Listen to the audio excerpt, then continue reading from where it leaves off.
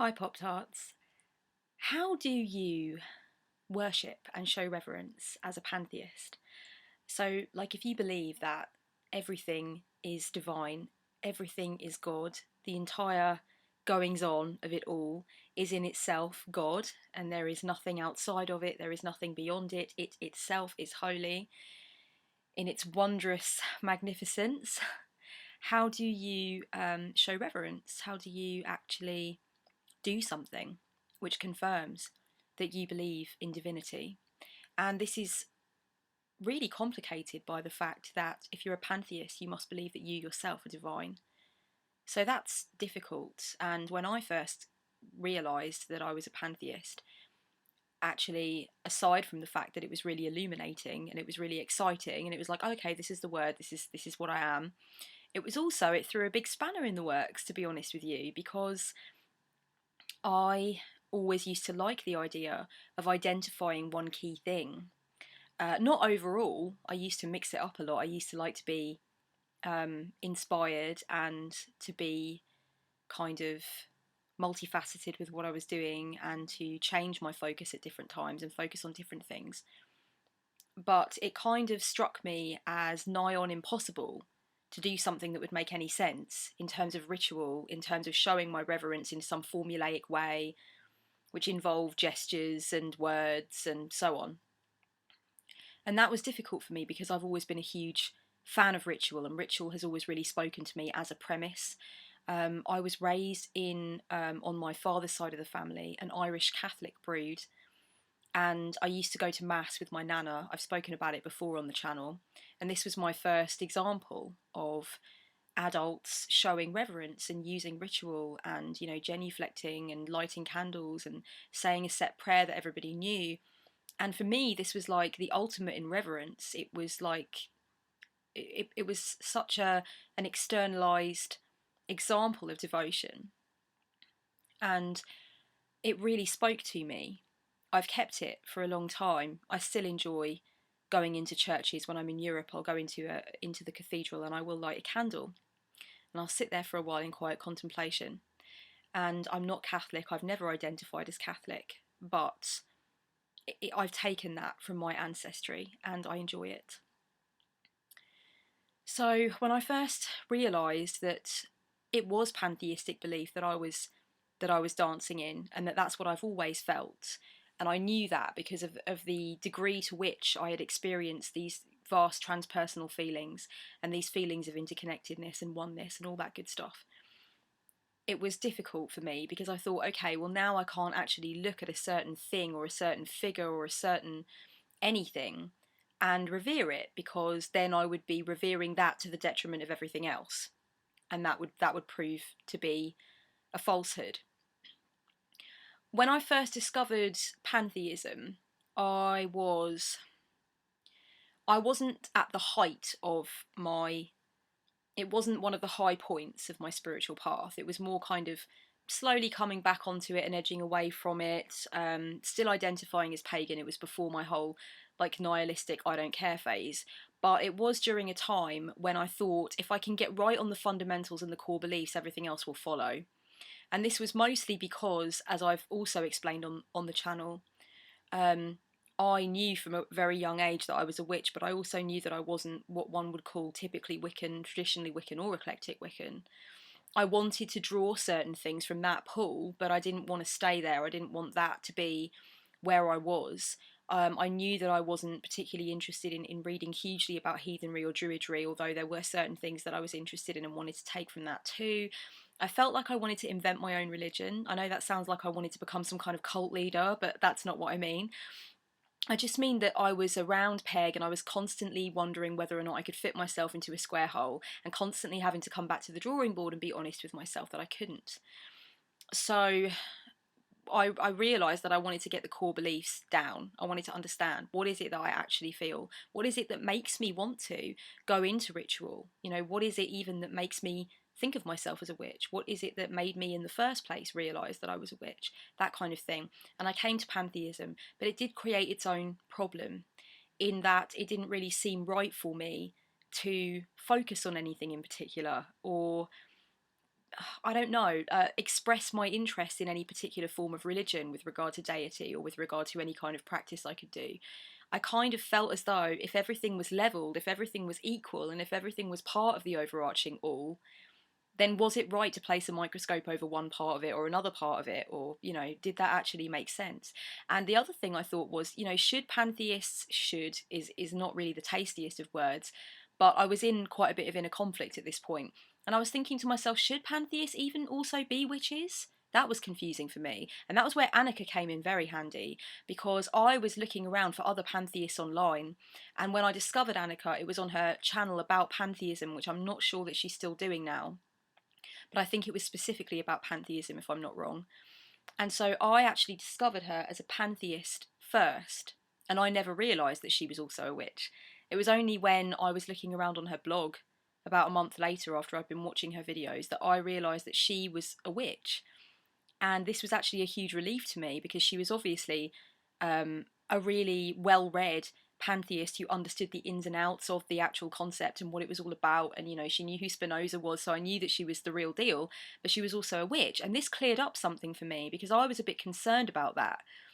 I don't know why, looking back. It's strange. You would think it would be obvious that witches would, that women with pantheistic feeling who believe in like the power of the turning seasons and directing energy, and the fact that we're all made of vibration, we're all vibration, you would think that those two things would go together like meat and potatoes. But I was really worried about it. I thought to myself, okay, does it make sense to be a witch and be a pantheist? And I had never worked with a matron and patron before in my past as a witch, although there have been certain goddesses certainly that I have always revered, like Bast and Athena, goddesses that I've felt close to since I was a small child. But I'd never taken a matron or patron. But I started thinking to myself with that as well, like, is that something that I can do now? I don't even know. So really I was kind of green, and I needed to open more doors. The door that led me to pantheism actually then led me on to lots of other doors, so I could try and establish my other core beliefs and try and work out if I was actually a big mishmash of contradiction, or if in fact everything did sit right together and everything did make sense. And that was when I started getting heavily into the understanding of the difference between hard polytheism and soft polytheism, and the variations upon that theme, and how it was kind of almost a bit like a spectrum, if you will. And this was very useful to me. And this was what made me realise that for me, a transpersonal experience is an experience of pure oneness and interconnectedness with everything else, when ego just pushes back, just rolls away like a wave into the distance, and the static has gone, everything is clearer. The conjunction between everything is clearer. I start connecting the dots, and I am no longer I am just one with everything else. And that is, the emotional side of pantheism, and that does come upon me quite often. But there's another part of me that knows that if I was to consistently download transpersonal feeling all the time, I'd be in a nut house. That feeling is almost, it's not intended to be part of mundanity. It's actually intended to be other than what we would deem to be mundane. So you can find transpersonal understanding in even the most mundane of things, but in order to continue with your mundane concerns, you need to not be feeling these huge transpersonal outpourings all of the time. And I think that the human brain finds it very difficult to think about pantheism. Even now, as what I would call a seasoned, ripe old pantheist, I still sometimes feel daunted and overwhelmed by the challenge of separating myself from all symbols, all signs, all representations of what I think and what I feel, and actually just revering the all, the entire thing, the majesty of it, the insane many-leveled vibration of cosmos. And that to me is like a brain burner. Like, if I had to get rid of any point of focus or point of reference and just think about that, it would be impossible. I don't think I'd be able to do it. So it made me realise that actually the human brain just likes to put things to scale, and the human brain enjoys categorising and enjoys labelling and enjoys defining the differences between different themes and different energies and stuff like that.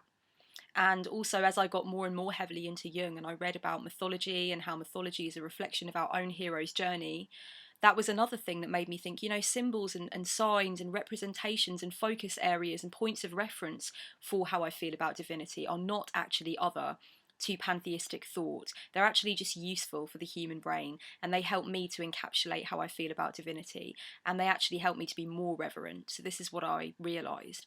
As soon as I realised that there could be such a thing as soft polytheism, I was comforted by that idea, because I really like connecting with different deities and different systems and different concepts, particularly with deities that speak to me in different ways about different facets of the all.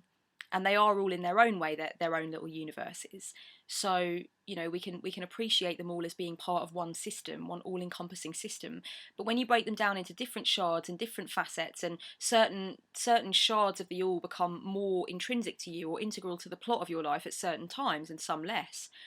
So I was pleased with the fact that it was okay, it was okay to revere deity in a way that simply meant that I was selecting this one shard for this moment, and I was kind of amping up, amplifying my connection to that one thing. And I think that if I didn't have objects and a matron and patron deity and that kind of thing, it would be very difficult for me to show reverence and feel reverence, because I wouldn't have that thing to kind of direct my energy and my intent towards for that time. So I feel almost like having a matron and patron, the only thing it does is it makes my reverence more intense, more potent, more poignant for me. So that's kind of how I feel about it. But I do know that some pantheists still struggle or go through struggles with regard to the notion of selecting certain deities to work with, or placing more intense interest on certain objects or certain concepts, because they feel that it doesn't make sense, since pantheism is almost like the great equalizer in terms of theological thought. It doesn't really make sense to kind of prize one thing or be seen to prize one thing over another. And I would say for those people, one thing that it's really useful to think about, and that I think about quite often, I close my eyes and I go into the meditative state, and I envision the last universal common ancestor. And I think Darwin said something about it being like the primordial form into which life was first breathed. It's the first organism from which everything else came from. It's the thing that makes us and everything all related. That used to help me before I kind of accepted that, I could work with these deities and appreciate these symbols and still have pantheistic belief. When I was conflicted about that, I just used to think about the last universal common ancestor and the reverence that brings forth, and actually the transpersonal doors that opens is, they are very poignant, and it was great. And I still kind of suggest that to people now who may be struggling to understand how they can link pantheism to one specific thing or one specific power, one specific theme, if that doesn't make sense to them. And they might even say, well, the last universal common ancestor isn't even kind of a fair deal, because what about other galaxies? What about other forms of life in other places that don't necessarily have anything directly to do with our sphere, but of course also are encompassed by the all? I would say be careful not to overthink it. We select a point of reference and then see where it goes. We use it as a jumping off point most of the time. We don't want to stay there. When I meditate on the themes of my matron deity, and when I invite her energies into my circle, it doesn't begin and end with me, bonding overtly with this image of the Norse goddess of the underworld. I'm aware that her themes and her energies and her archetype are above and beyond anything I could see in a picture or read in the poetic Eddas. I think I've said this before recently, but it could stand to be said again. The archetype is just the picture card, it's just the starting point, and it's the same with any point of reference you would use in order to invite worship and reverence and that kind of thing. This cup says, women and cats will do as they please. Men and dogs should just get used to the idea. It's a present from my boyfriend, so bonus points for Danny there. I also think that this kind of contemplation with regard to pantheism and worship should only really come into the fore as a bone of contention if you actually feel the overt desire to practice ritual. If you don't, then it shouldn't matter. I don't think that you actually need to do anything significant to show your reverence, aside from potentially looking to ecological concerns, environmentalism, that kind of thing, working out what you can do to be a good ecological steward for the planet. And I think that many pantheists just show their reverence in that way, and I think that's cool. I think it's only if you really want to, if you feel like you need that bridge between what's conscious and what's unconscious, or you need that way to actually show how you feel and show your reverence, then I think that's where you need to come into alignment with the fact that you can have these points of reference and it's okay. One thing that I realised about working with deities and considering the different powers and archetypal themes of deities is that what I'm really looking at in them is what I already have invested in me. So really considering the fact that as a pantheist, I believe I myself am holy and the essence that runs through me is divine. When I'm actually looking at my matron, I'm looking at myself. When I'm looking at my patron, I'm looking at myself. So I'm confirming all the time my own empowerment. And I think that's something that can be forgotten when you're working with deity, particularly if you're making petition to deity, you're making offerings to deity and so on. You might get a slightly different dynamic to somebody who actually doesn't feel that that's part of the process, but instead seeks to use the archetype as a mirror of what's within them and actually empower that and fuel that with poignancy. When you are a pantheist, you're much more likely to do the latter. You're much more likely to use these different representations and symbols to connect you with what's already within you and to help you connect with the collective unconscious, which runs through us all and connects us all, which the collective unconscious in a sense is like the psychological version of the last universal common ancestor. I just connected those two dots just now randomly, so I'll have to think more on that, but yeah, I'm pretty sure I'll go with that. What else can I say? I would say don't get pressured to stick with one thing. You know, the beauty about being a pantheist, I often say that it's the beauty of being a chaos witch, but it's not really that, because being a chaos witch is made much easier by the fact that I'm a pantheist. So really it's the pantheism that gives me the freedom. Recognising that my core belief is pantheism made me realise that what I'm really looking for at any one time is the best possible way to connect with the part of the all that I'm particularly interested in, or the part of the all that I really want to pull towards me in my life or manifest in my life. And that has given me a lot of freedom, an incredible amount of freedom. I've seen a lot of hard polytheists over the years, in and out of my time in pagan community, getting really worried about the fact that they feel they need to move on from their matron or patron. There's no connection anymore. They're really upset about it. They feel really guilty about it. And as a pantheist, I feel that I would never have that feeling. I mean, I have an extremely strong connection to Hel, and I feel that I will walk with her for the rest of my life. But I also, work with other goddesses, and I appreciate their energies as well. And I don't feel that sense of guilt, and I don't feel that sense of possession. I don't feel that sense that she possesses me or I possess her, because it's not like that. I feel that I can take from everything that is the case. I can taste everything. Everything to me is a snapshot of God. Everything to me could at some point or another be the face of God. And that just makes things really interesting and easy for me and freeing for me. So I feel in a way that I've gone from seeing pantheism as an amazing revelation to a very difficult complication and wishy-washy mucky water, and then to now seeing it as actually something really freeing. And it's made me realise that I can appreciate these signs and symbols and use all of these different ideas in my practice, and they marry together quite nicely. And yeah, as I said, I did have these worries at first about whether or not pantheism and witchcraft made much sense, whether they fitted together, in fact, in any way. And that really worried me. But I think that was predominantly because most of the literature that was immediately available about pantheism kind of had a very non-mystical or anti-spiritual flavour to it. And I'm not attacking like Paul Harrison and the World Pantheist movement in any sense. I totally get scientific pantheism and it's cool, and I'm a huge proponent of scientific exploration. I'm very interested in, the new big discoveries that are being made. My boyfriend is the same. We are not anti-rationalist at all. But I just felt that there was a subtext that was difficult for me. to come to terms with. And then, you know, when I recognised through Annika and then realising that she was a witch through doing more of my own reading, I kind of thought to myself, well, you know, it's not actually in any way contradictory.